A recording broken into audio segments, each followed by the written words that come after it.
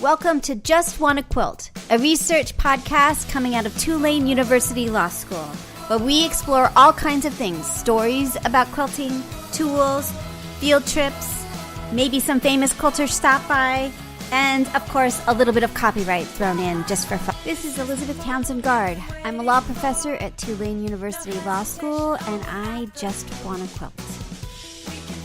Lee Chappell Monroe joins us today. She is a pattern designer, and her website is May Chappell. We talked to her. We met her at QuiltCon. Jeanette and Floyd met her at QuiltCon, and she talks to us about teaching and quilting. QuiltCon. That's right. That's yes, right. And Jeanette, said, right. Jeanette, yes. She thought you were super cool. Oh, I have her card sitting on my desk. I thought she was delightful. Yeah. But I didn't know if you just wanted me to spiel a bunch of tips or what, kind of what the plan was. Yeah. So let me tell you a little bit about the project, and then we can sort of figure out what you'd like to chat about. So I'm a law professor, and I'm trying to understand, and I quilt. I'm an okay quilter. But I'm really trying to understand the quilting industry from all different angles, sort of what you do, and then a little bit of the economics, and then I'm going to ask you some copyright questions like the last few minutes. Oh Lord. Okay. But it's just right now we're in the just kind of getting an overview of we've done about 100 interviews now. And then I'm going to start to write this summer, but I really just wanted to understand before I started writing about copyright what the industry really does. There's a real difference between what industries do, like the tattoo industry versus the copyright law. So we're just kind of in the experience. Mostly it's just talking about your life. And then I ask you for about 5 minutes about copyright. It's not really, and it's not hard-hitting journalists. It's just journalism. It's just, yes, but I'm very afraid of the copyright part. Well, that's really good, right? So that's good to know. Why are you afraid of? First, let me ask you. So, is there anything in particular that you want to chat about? That would be the first thing to ask you. We can talk about anything. Okay, cool. She saw me during my tip lecture. Uh-huh. And I'm happy to just give y'all a couple tips or whatever. Cool. I'm a pattern designer. Yeah. So. Right. No, we can talk about anything. Cool. Awesome. So I have a little list about being part of Splendid Sampler and being a crafty instructor, and the role of classes versus patterns, and just in general, kind of teaching a person versus all that. So yeah, we're gonna try to go. Awesome. We have a hard stop because I have to go on adventure. So we're gonna do a half hour probably at most. Does that sound good? Okay. Awesome. If we find that we just have a lot to talk about, which sometimes happens, then we'll just schedule a second session and chat some more. Sure. Okay. Okay. All right. So the first thing we're going to do is I'm going to ask you to tell. I know who you are, but I'm going to ask. We're preserving these and donating them to the Quilt Alliance. So, can you tell me your name and where you're calling from? Sure. My name is Lee Chappell Monroe, and I'm calling from Winston-Salem, North Carolina. Awesome. And we ask everybody the same first question, which is, what's your first memory of someone sewing or quilting in your life? Oh my gosh. I don't know. I don't remember my mom not sewing. My mother has sewn my whole life and made everything. The first thing I remember making was when I was about 3, I made an apron with my mother for my grandmother. And I still have it, and I definitely remember that apron. That's really sweet. And I don't know if I remember it as much because I still have it, and it's been talked about over the years, but it's been a big part. That's really sweet. So, and what made you turn to pattern making? How did that journey, just in a kind of, I've read a bit about you, but tell it for those that haven't, tell us how that happened. That's where you sort of situate yourself as a pattern designer. How did that happen? Well, I was going to say, I definitely identify both as a pattern designer and a teacher. My background's graphic design and fine art. And my local quilt shop asked me to teach a class on color and talk about how color and fabric choice works, kind of give people some tips for easy ways to choose their fabrics. And after that class, the students were like, well, what's your next class? and I did not have a next class. That's very funny. So, yeah. And I was like, oh, so I actually designed my first pattern to teach another class. Oh, that's And I interesting. kind of designed the pattern as a way to teach value and talk about where like fabric value should go in a quilt. Oh, that's really cool. Do you Oh, feel like that's still the way I mean, because when you look on your class, like when you can hire you to teach, right? You do a lot of teaching around the country. correct. Yeah, I And you've travel got around. the patterns online at your website, right? Is that part of it? Yes. And so tell me a little bit more. Is that still driving the patterns? Like wanting to teach is driving creating the patterns? Is that still kind of what you sort of? I would say, well, I would say that the pattern design honestly like fulfills my need to design, just because that's the background I came from. Yeah. And there's no better client than yourself. Like it's so great to not have clients and Yeah. to like I design what I want to design. And obviously the market does dictate whether or not they purchase them. Right. But but I do sort of have patterns where I'll design something around something I would like to teach, Yeah. like I have a lot of students who come and they're like, I want to become a more precise piecer. Yeah. And so I did a pattern where every single aspect of that pattern was all about improving your piecing. That's really cool. I love that. Yeah. So it does kind of work like in reverse. Yeah. I like that. I like that a lot. And when people are picking classes, like that one that you just talked about making it better, like making your piecing better, how do you find people choosing the classes that they're hiring you to teach? Do you get a sense of how that's happening? Well, I kind of have kind of two main categories of classes. I have a lot of classes where I teach color, and then I have a lot of classes where I teach about piecing. Yeah. And kind of within those two categories, there's a lot of different of my patterns that we can work with for those categories. Yeah. But those are kind of the main two topics I tend to teach. Yeah. And, so I might teach one class that's like how to make monochromatic quilts or how to make a color wheel or how to put value in a quilt. Right. But those are all still color classes at their core. Yeah. Yeah. I want to take them. You say them like, I want to take all of those. I mean, I am willing to come to New Orleans. I would sacrifice Sounds myself. really good, right? Here it begins here. We're joking. We're totally joking, but then eventually you're here and you're teaching a bunch of classes. So, this is how it all begins. I mean, it sounds like a good idea. Yeah. Now, if we're to hire you, speaking of that, so just hypothetically, how much did it cost to bring you to a quilt show or to shop or to a guild? I have a day rate for so like for a full day class right now I charge $700 and that's up to 20 students. And then I have a half day rate where I charge $350 for up to 20 students. Interesting. And then I lecture for the same amount. For $350. So, and then and does that include then also your plus travel expenses? Yeah, and then travel expenses are beyond that. Yeah. And do you feel like this is the going rate of like how did you set your rate as an instructor? When I first started, I charged less, and I've changed. I've been traveling kind of nationally for about 2 or 3 years now. 3 years. And each year I've raised it a little bit. Interesting. So yeah. And I feel like I'm kind of in the middle. Yeah. I know there's definitely people that are more than me and definitely people that are less than me. Yeah. So. And how big a circuit do you think it is? Do you see like the same people teaching, or is there just a huge amount of people teaching at this point? I don't know. No, you definitely see new people. Like I recently taught at Road to California. Yeah. And I only knew one other instructor personally. Really? I mean, I knew a lot of them reputation. Yeah. But I only knew one person personally before I got there. Interesting. And how important are the shows? I definitely. Yeah. I have not taught at a lot of shows. I tend to do a lot of guilds and quilt shops. Interesting. So I haven't done a ton of the like QS shows and things like that. Yeah. That's definitely a thing that I have on my calendar to apply for. Interesting. Very interesting. And do you feel like getting to those bigger shows, like, I mean, you were at QuiltCon and you said Road to California, so those are pretty big shows. Absolutely. Do you think that's an important part of your like marketing or like branding to be at these, to be teaching at these shows? Is that important for you for the guild, or does it matter?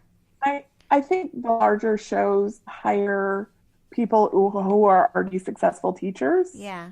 You know, like that's definitely, like if you have taught at those places, people know that you understand how to like manage a large class. Right. Because a lot of times if you're teaching at a quilt shop, you can have smaller classes. Yeah. But managing, for example, at QuiltCon, you have 24 students. Right. That's a lot in a 3-hour period to make sure Totally. you personally interact with 24 different people. Yeah, that's hard. No, that's really hard. And the expectation of what they want, which is also challenging, you know. For sure. But I definitely have found from like lecturing at QuiltCon. I mean, for example, you found me through a lecture at QuiltCon. I did. You know, so it definitely leads to other things. It widens out. What there might be a quilt, somebody who's got a guild someplace. Like it just gives, it's like a marketing tool in some way. For sure. Yeah. For sure. Interesting. And a lot of times I teach a ton in Florida just because North Carolina is not far from Florida. Yeah. And a lot of people in Florida, you know, spend their summers elsewhere.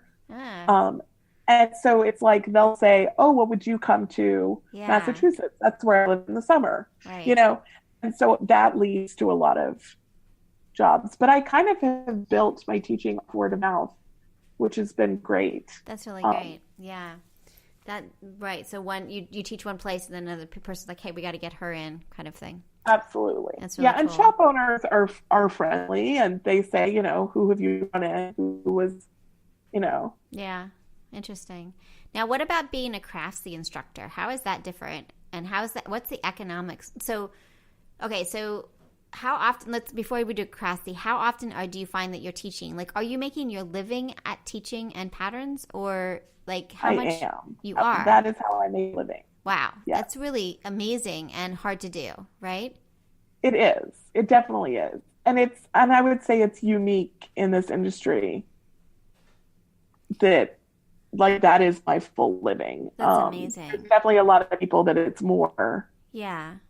You know, the family is supported. I will say too, I'm single, you know, so I'm supporting one son, not a family.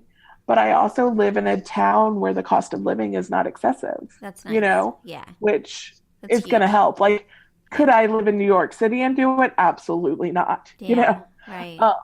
So that's a huge, you know, effect on the fact that I'm able to do that. Interesting. All right. So how much are you, like, if you say if it's like a pie chart, how much of your income would you say is like the traveling to guilds and shops at this point? And like teaching? And teaching, yeah. I would say I'm probably like 60-40 teaching versus patterns. Interesting. Income. Interesting. And the pattern income is coming from where? From your shop or from distributors? So mostly distributors. So I sell through distributors.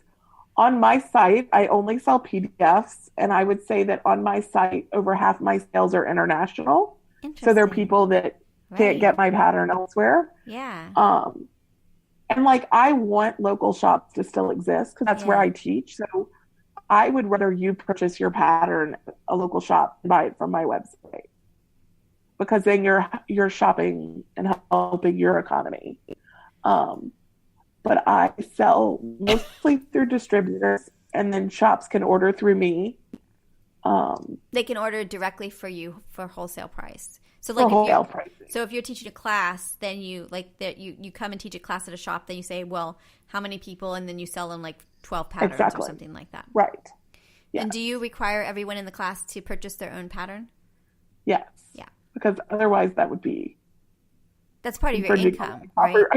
Right. That would be my only smart copyright comment on this whole interview. Right. Well, you got to do that because, like, the cost of coming someplace, like it's like $350 or $700, but you also have the income from the patterns, and that helps to offset all the other costs you have in traveling. Right. Yeah. Like I'll let a guild buy the patterns for their students so that that like gives the guild a little bit of incentive with the class. So tell me again, So you the cut out a guild, little bit. So you go to teach a class at a guild. What do you do with the pattern at the guild? How do you do the that? guild can purchase the patterns for me wholesale. Oh, they can And purchase then it wholesale. Got it. And then they'll say to the students, the pattern is included in the class. And so to the student, they're saving the full retail price of the pattern. Got it. Right. Right. So the shops can do, are the shops wholesale too as part of the class? Yes. Yeah. But it's up to the shop on whether or not they include it, but they're going to make a little money off of it. Got it. The pattern is a little income for them. Got it. And then how much is the wholesale price different than, since you have distributors, when they do it directly to you for wholesale, it's better for you than if it's through the distributor. Is that right? Or is it the same? So distributor pricing is 30% off wholesale. 30% off of sale is distributor off pricing. Of wholesale. Off of wholesale. Distributor. Right. And wholesale is 50% off retail. Got it. Okay, so I'm math challenged. So tell me again. So retail, like we'll use my patterns. Yeah. So retail is $12. 12, right. Okay. Wholesale is 50% off, so it's $6. Right. And then distributor pricing is 30% off that, which I think is $4.20. $4.20. So when you sell the patterns to the distributor, you're getting back $4.20 off that sale. Right. And then the wholesale is $6, and then on your website, $12. But you have to offset that of the labor costs, right? So the distributor does all the stupid labor part, and if you do it wholesale, you sell a whole bunch at one time. Is that correct? Right? The economics. And like I would rather shop order distributor than order through me, because if a shop orders from me and they buy 6 patterns or whatever, I have to stop what I'm doing, pack 6 patterns, make a shipping label. Right. I'm leaving it on my porch. I don't have to go to the post office or anything.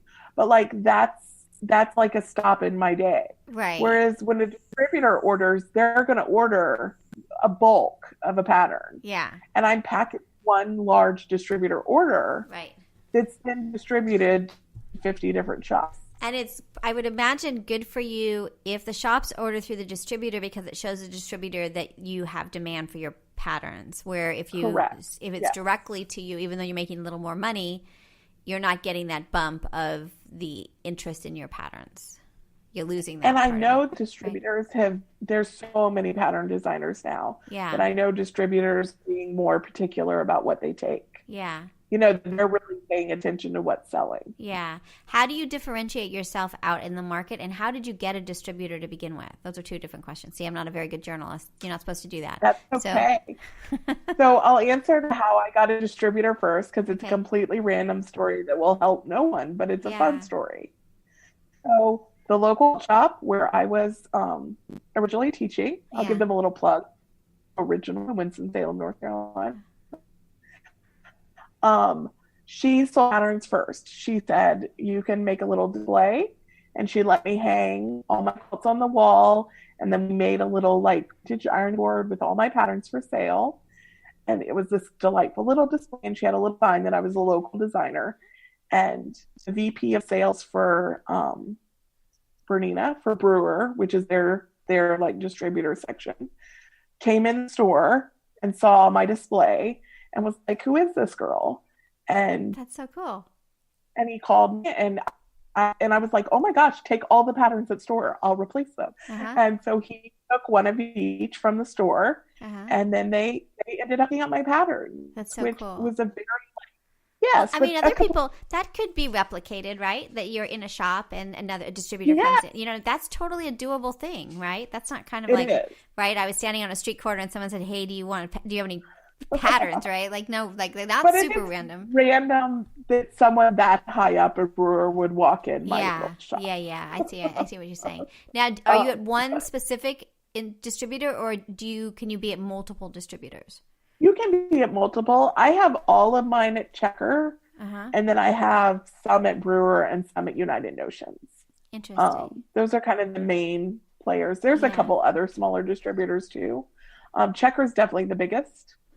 But I kind of find for most shops deal with checker. Yeah.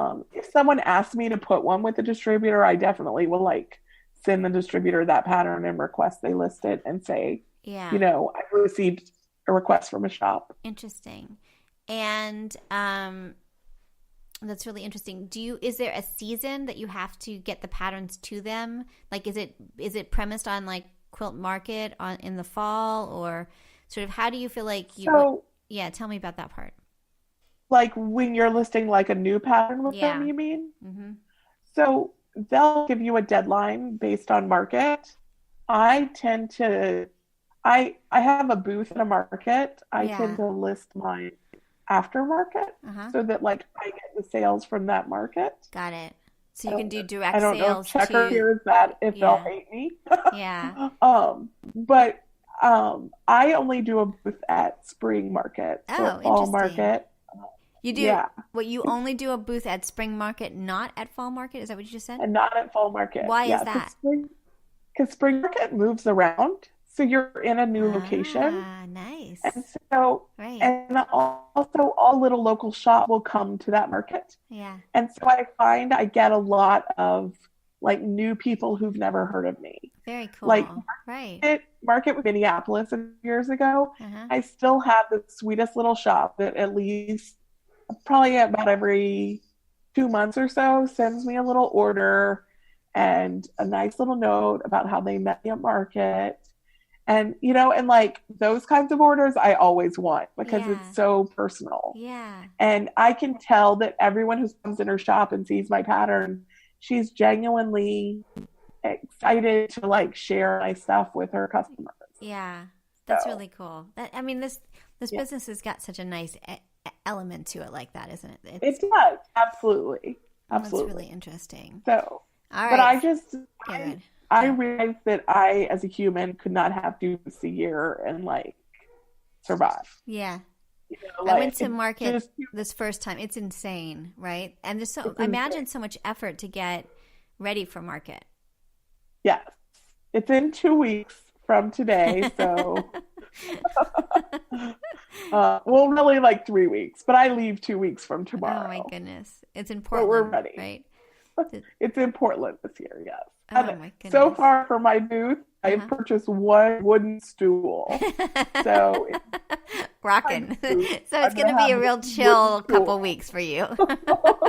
Yeah. Well, I do the like fly into town, hit a Goodwill, buy some random crap, design the booth in your head in Goodwill, go to That's market. now It'll be it now do fine. you have any That's my that philosophy. I like that. Now, well, I mean, but you've also got a flair for design. I mean, not everybody could do that, right? And these booths are so pretty. Do you have any They are. and since it does move around, are you able to are all of the quilts new each time for market, or are you using quilts you've done because that you put up a bunch of quilts, right? So I'll have new quilts. Like I'll have my quilts that are new for this market, but I definitely bring my old patterns. And honestly, one of my top sellers is that very first pattern I ever designed. That's It's called really Designer interesting. Star. Yeah. And it's still to this day is my top seller. And so I Interesting. always have a designer star in my booth because that's a pattern people know and recognize. That's really interesting. Why do you think that So one why did that why do you it's think? really simple and it's a very like within the pattern it has directions to make it from 10 by 10, so Uh-huh. like 10 inches up to Yeah. 100 inches. Wow. So like you could make a king or you can make a little mini 10-inch star. And it's half square triangles. It's really simple for people. And each time you make it, it looks totally different. So I think it's just, you know, experienced quilters gravitate towards it because they know it's like a fast finish, and Yeah. beginners are excited that it's easy. Right. It's designer stars. Is that the one you're talking about? Yeah. Yes. Yeah, I'm seeing it now. It's really pretty. Yeah, that looks fun. That I could do that one. And you really do feel like because I'm totally like intermediate for the rest of my life. So totally like so yeah, I can see why. And it's like big chunky pieces, but really pretty, and it's got a kind of cool design to it, and it looks totally doable. Yeah, I can see Yeah. that. That's really cool. Yeah. Interesting.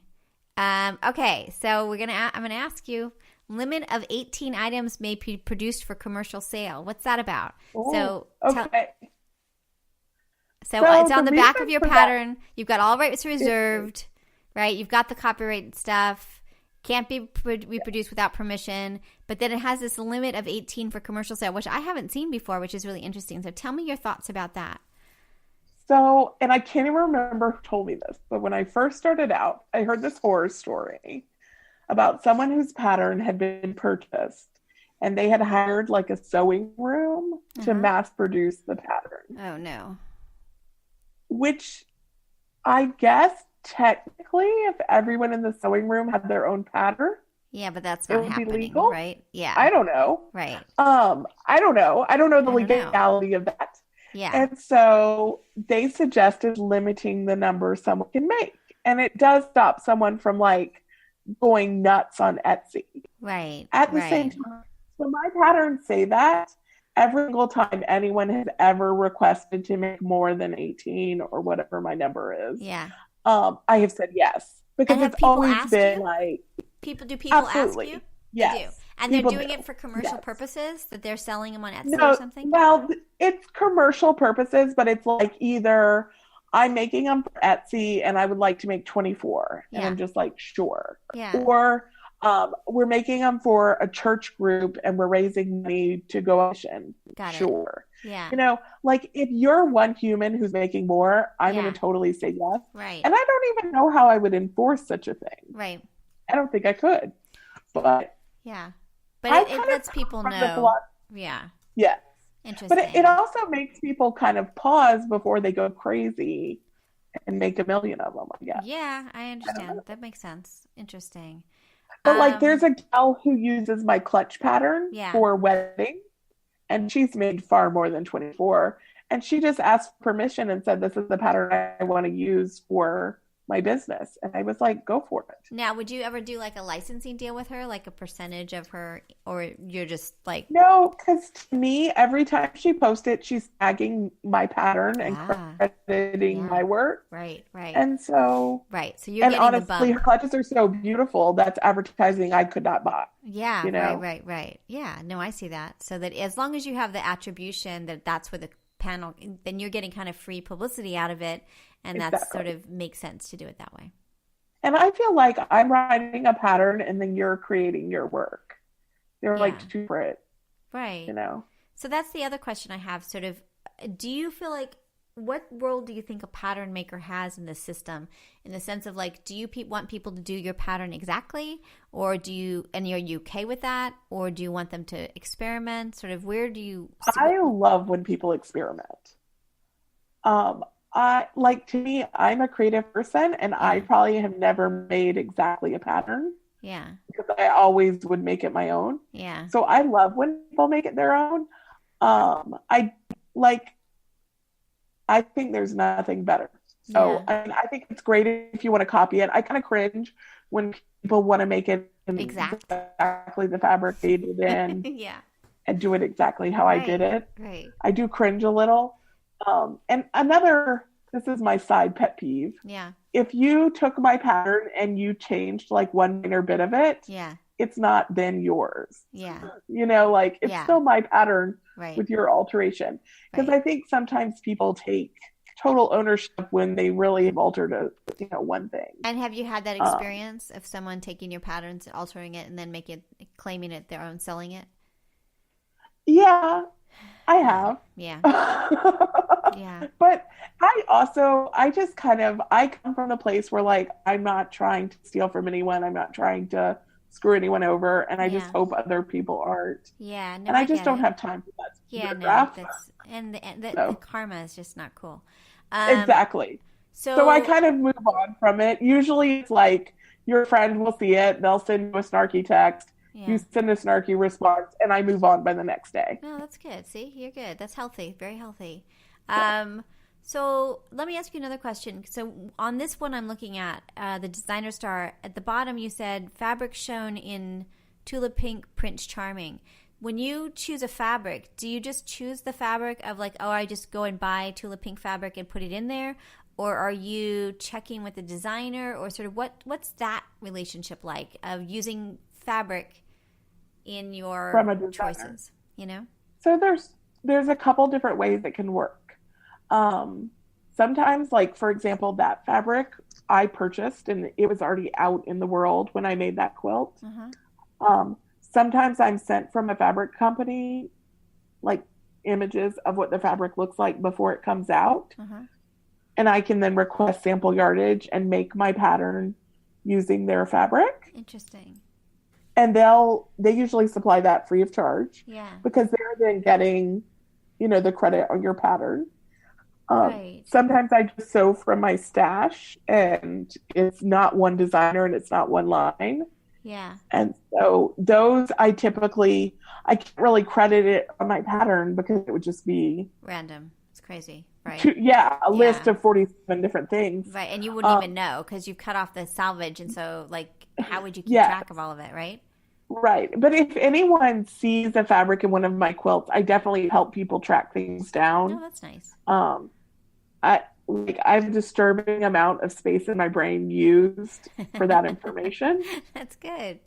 That's very funny. But now, when you're including someone like a big designer like Tula Pink, do you feel like, is it okay on an intellectual property level? It's totally fine, right? You've used, like, whatever, it's nominative use and you've used her material. But do you feel like there's a different relationship if you're using someone who's famous to use their fabric? Or does it not matter? I would say it doesn't matter. There's certainly designers that I have used Tula fabric consistently in my patterns over the years. Yeah. And I mean, I'm not remotely saying my patterns affect her sales. Yeah. But I mean, I hope that she appreciates how her fabric looks in my pattern. Yeah. I mean, it looks awesome, right? Yeah. So I'm looking at the clutch purse. The clutch purse is just made by that fabric and it's just cool, right? Yeah. So, I mean, I would say that her fabric is what I consistently turn to over the years. Interesting. There's a couple. Have you created, does she, like, as you do that, like, do you ever send her the pattern? Does she know about it? Like, how much do the designers know what's happening with their fabric? Sometimes they know. So my eye candy quilt was one where she sent me her fabric images beforehand, and I actually designed that quilt for her fabric. Oh, how cool! That was one totally where I'm looking at it now. It's awesome, right? Yes. So my entire design is dictated by what her fabric looked like, and that's when they send you the samples. I mean, that quilt, right? Right. And that quilt is beautiful in other fabrics, don't get me wrong, but you can also tell how much it fits that fabric. Yeah. Well, I just think this is so insanely cool. I think we have more things to talk about because I haven't asked you about a bazillion things. Would you be willing to come back and chat some more as a part 2? Absolutely. I really adore chatting with you. This is great. This is so good. cool. Okay. Okay, I would love to do part 2. Part 2. Okay, well, I'm going to officially call this part 1. And we'll continue the conversation because, as I said, I have a hard stop because I have to be at in a meeting. But no problem. I love it. Okay, Can I you just go to that invite and just go back to the invite and just choose a time that works for you. I will do that. I love it. Okay. And it's not scary, right? Interesting. Okay. Interview. Oh, well, it's a little scary to name prices, but that's okay. Yeah, but I mean, I think you can take that out if you want. Like, you'll be able to review it. But what we're trying to do is I want to do interviews with a whole bunch of pattern people because I really want to understand. Well, and I also think people should share that more. Yeah. So I don't really mind if you leave it in. Okay. Because I feel like it's very awkward that people are closed about that. Yeah, me too. Because how can you? It's like. You should get it. And I also think that the young entrepreneurs got to understand how difficult it is to make money. Like, don't go in, you know what I mean? Like, I don't know. Right. I worry about them, Anyway, I got to go. No, I completely agree. People who think that patterns will support their life. Yeah, that's not going to happen. I mean, not easily. Yes. I mean, it could, but it's hard. No, it won't. Yeah. All right. Well, you're I will awesome. go in and sign up again. All right. Fabulous. Great. We'll keep chatting. Take care. Bye. Okay. Bye. So this is Elizabeth Townsend-Gard. You've been listening to Just Wanna Quilt, a research podcast coming out of Tulane University Law School. We want to hear from you. Join our army, our quilting army. Go to our Facebook page. Suggest people to be interviewed. Suggest yourself to be interviewed. We are excited to hear from you. But most importantly, I hope you get a chance to quilt today.